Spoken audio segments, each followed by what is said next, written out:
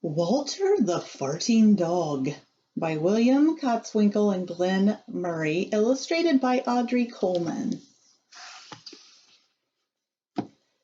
Betty and Billy brought Walter home from the dog pound. Nobody wanted him, said Billy. But we love him, said Betty. Well, he smells awful, said their mother. I think you better give him a bath. Mother walked in and said, he still smells awful. And that's when they got the first clue, the telltale bubbles in the water. He's probably just a little nervous, said Mother hopefully. His stomach must be upset. But Walter's stomach wasn't upset. Walter's stomach was fine. He felt perfectly normal. He just farted a lot.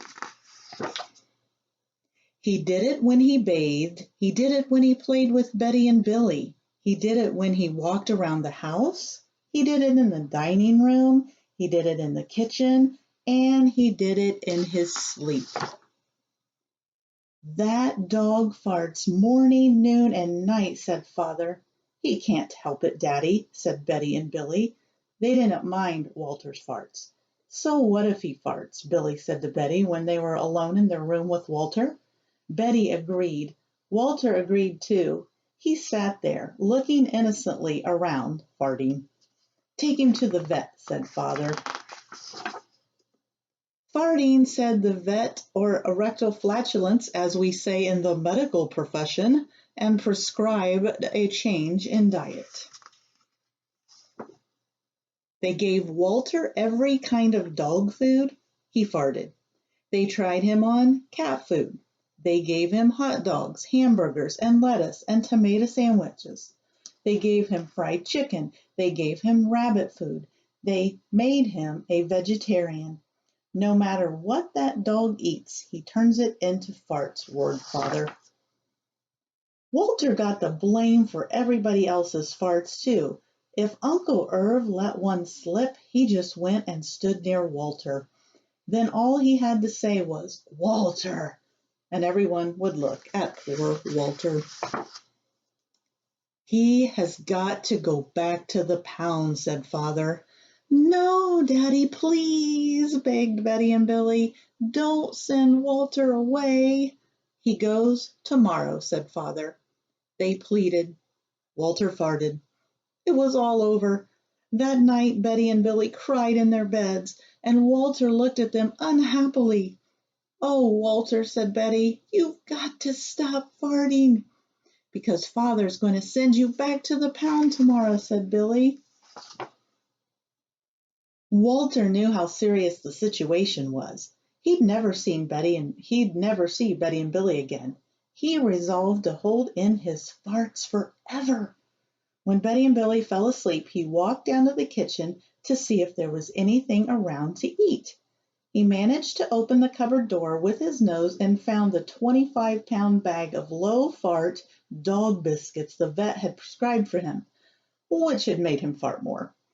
Even though he knew they made him fart more, he couldn't resist. He ate the entire bag. Very tasty, said Walter to himself.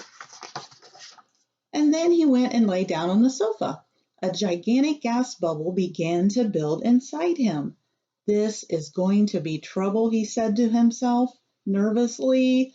He was afraid of what might happen if he let it go. He thought maybe the house would explode, so he kept it in. It wasn't easy. In fact, it was torture, but he had resolved never to fart again. His future depended on it. As he lay there with his tail wrapped tightly between his legs, he heard a noise at the window.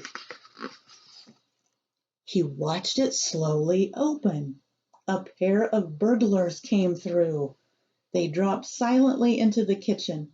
Watch out for the dog, said one of the burglars. He won't bite, said the other. He's a wimp. Walter might have bitten him, except he was so filled with gas he couldn't move. They tied a rag around his snout so he couldn't bark. Okay, whispered the first burglar. Let's clear the place out. They took everything they could get their hands on. Walter wanted to stop them, but he was having unbearable gas pains. He rolled on his back and waved his paws in the air. He gnashed his teeth. "We've got it all," said the second burglar. "Let's go." That's when Walter let it fly. It was the worst fart of his life. It made a tremendous noise and shot him across the room. A hideous cloud filled the air. The burglars clutched their throats, unable to breathe. With tears in their eyes, they raced for the window. They tried to grab their bag with all the valuables in it, but their arms were too weak. "Let's get out of here." They jumped out the window and ran up the block, choking and gasping for air. Still blinded by Walter's attack, they stepped into the headlights of an approaching police car. "Hold it right there," said the policeman.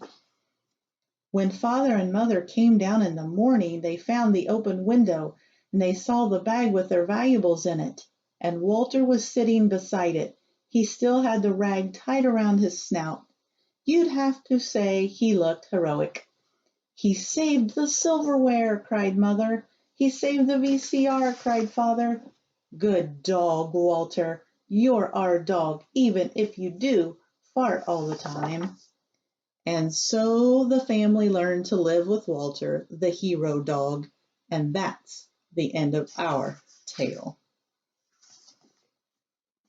Walter's Wonder Park, 100% natural gas powered.